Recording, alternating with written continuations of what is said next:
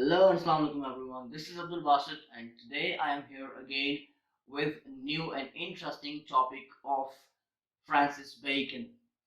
Well, today is the last topic regarding Francis Bacon's essays. It is the last but not the least topic of today. Francis Bacon described his essays as dispersed meditations, and this is what we are going to talk about in this video. So please watch the video till the end so that you may get some knowledge about this topic, dispersed meditations in Francis Bacon's essays. So let's get started. Bacon himself described his essays as dispersed meditations. Well, if we talk about the meaning of this phrase, dispersed means scattered and meditations means thoughts. Okay, well, Francis Bacon described his essays as dispersed meditations because there are dispersed thoughts, there are scattered thoughts in his essays. The thoughts are not linked to each other. Francis Bacon pens down his thoughts as they come to him. Well, there is no systematic link between the thoughts that have been penned down by Francis Bacon in his essays. Therefore, he described his essays as dispersed meditations. He also described his essays as brief notes set down rather significantly than curiously. According to him, the essays are the brief notes set down significantly. Okay, it means that only the significant thoughts, important thoughts are written down. Okay, the word curiously here means elaborately. According to Francis Bacon, it is not necessary to elaborate or illustrate every idea. So according to him, essays are brief notes set down rather significantly than curiously. Bacon regarded the essay as a receptacle for detached thoughts. That means that his essays are the outcome of detached thoughts. Well, detached thoughts means that the thoughts are not linked to each other, as I told you before, that in Bacon's essays, his thoughts, his ideas are not strongly linked with each other. Bacon does not exhaustively discuss any subject that he chooses for his essays, but goes on jotting down his thoughts as they come. There is no systematic development of ideas in the essays. Every essay is a collection of different ideas on a particular subject. Okay, so there is no systematic development in his ideas, and every idea has got its own significance. Okay, and every essay is the collection of miscellaneous ideas on a particular subject. All right, although his ideas are scattered, yet he does not stray away from the subject that he deals with. Well, this is a noteworthy thing, that although Bacon's ideas, Bacon's thoughts are scattered, yet he does not digress from the main topic. He does not stray away from the subject matter. Okay, whatever the topic he chooses, he sticks to that and doesn't talk about anything else other than the topic. One finds no digressions from an irrelevant ideas to the theme. It means that whatever the theme Bacon is dealing with, he does not digress from that, and there are no irrelevant ideas to the theme. Ideas are quite relevant to the theme. There is no irrelevancy. In spite of his being stuck to one subject, we cannot describe his essays as well-knit compositions because there are no tight connections between various ideas. His ideas do not seem to emerge out of one another. Thus, to some extent, we can say that Bacon's essays lack coherence. because ideas have been put together in his essays almost at random. Well, in prose or in any piece of writing, there are two things that are very significant. Okay, the first thing is cohesion, and the second thing is coherence. Cohesion is the link between sentences. Okay, it is a grammatical link between sentences, and coherence is the link between ideas. And coherence is much more important than cohesion. Okay, there must be coherence in your ideas. Your ideas must be interlinked, strongly interlinked with one another. If this is not so, your piece of writing will not be a success. Okay, so coherence is one of the most important things in any piece of writing. As far as Bacon's essays are concerned, uh, we can say that there is a lack of coherence because his ideas are set down at random. In order to prove the above mentioned points, the following essays may be quoted for the purpose of illustration. Well, in this video, I'm going to talk about almost 4 essays of Bacon, and I'm going to tell you the short summary of those essays for the purpose of illustration of the point that whether Bacon's essays are dispersed meditations or not. Okay, and you will get the crux of 4 essays, at least 4 essays in this video, so keep watching. The essay of Married and Single Life is a very convincing illustration of these points. At the outset of the essay, he says that wife and children are impediments to great enterprises. This is one idea. Then he offers the advice that those who have children should devote themselves more to future welfare because their children will grow up and live in the future, and that a man without a family may, however, devote himself mainly to the present. Okay, well, here we find the two different ideas. Firstly, he talks about uh, wife and children being an impediment in the way of great enterprises. And then he goes on giving advice to people who have got children. He is giving advice to the people to care for their future. Well, these two ideas are not linked to each other.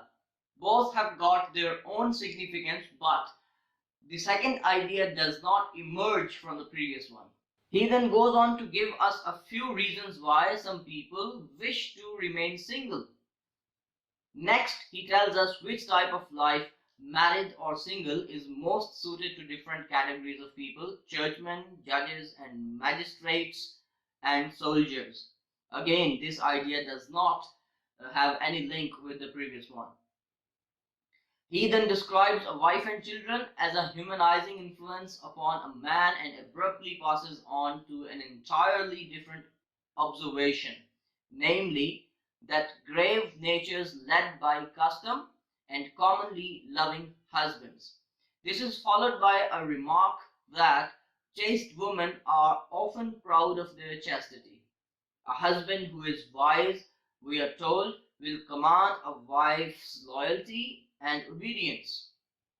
It is obvious that Bacon is putting together whatever thoughts occur to him on the subject of marriage. In the concluding paragraph, the same thing happens. After telling us that a wife is useful at almost every stage of life, as Bacon says, wives are young men's mistresses, companions to middle age, and old men's nurses. When he talks about the different stages of married life, and he talks about the usefulness of wives on different stages of life, Bacon abruptly proceeds to point out that bad husbands have very good wives. So again, quite a different idea. There is absolutely no connection between these two ideas in the preceding paragraph. They are significantly set down in the sense that they are profound thoughts expressing the wide and right wisdom of their author, gathered from books and experience and observation of life, but they are not dealt with elaborately. Indeed, this essay is a glaring example of how ideas have been jumbled together, how ideas have been put together. Even the essay of studies is full of dispersed meditations. Bacon here first tells us the three chief uses of studies. He then speaks of those who spend too much time in studies, those who use studies too much for ornament, and those who form judgments wholly by the rules emerging from their studies. The essay starts with the following statement. Bacon says, studies serve for delight, for ornament, and for ability. So this is one idea that Bacon tells us. But next, he is talking about quite a different thing regarding studies. He then goes on to speak of the value of practical experience, which is needed to add to the values of studies. And then, even more abruptly, he goes on to say that crafty men condemn studies, simple men admire them, and wise men use them. In the second paragraph, Bacon tells us why we should study and then abruptly classifies books into 3 or 4 categories: those that are to be tasted, those that are to be swallowed, those that are to be chewed and digested, and finally, those that are to be read by deputy. In the paragraph that follows, he speaks of the contribution that reading, conference, and writing make towards the development of a man. The essay concludes with a description of how different branches of studies mold the mind differently. In short, we have in this essay also a collection or compendium of ideas. We get several mental jokes in the course of reading this essay because of the various transitions of thought. There is a greater cohesion in the essay of Great Place, but even here we find a miscellaneous collection of ideas on a particular subject and not a systematic working out of a particular thesis. Well, in the essay of Great Place, there is cohesion, but there is no coherence again, because ideas in this essay have been put together randomly again. Bacon here tells us that people lose their freedom when they attain high position. He says, men in great place are thrice servants, servants of the sovereign or state, servants of fame, and servants of business. Then he tells that rising to a high place is a laborious process. Rising unto place is laborious, and by pains men come to greater pains, and it is sometimes base, and by indignities men come to dignities. Then he continues to say that high positions make it possible for the incumbents to do a lot of good, but also give them the power to do evil. That merit and good work should be a man's chief aim. That men in high positions should avoid the vices of authority, and so on.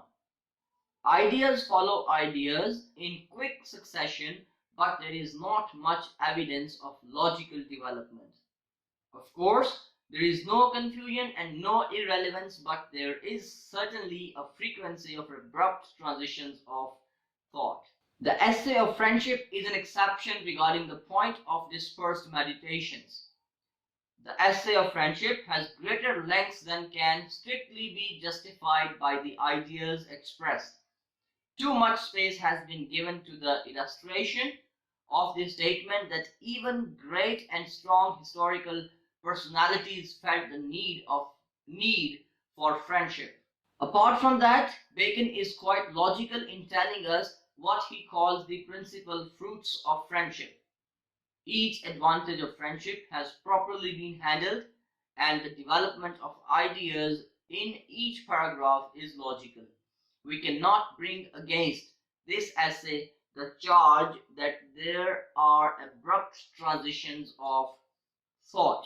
Well, if we look at the essay of friendship, this essay is an exception regarding dispersed meditations, because in this essay Bacon has uh, given illustrations of so many points, given illustrations of so many ideas, and the length of this essay is unusually larger than the other ones.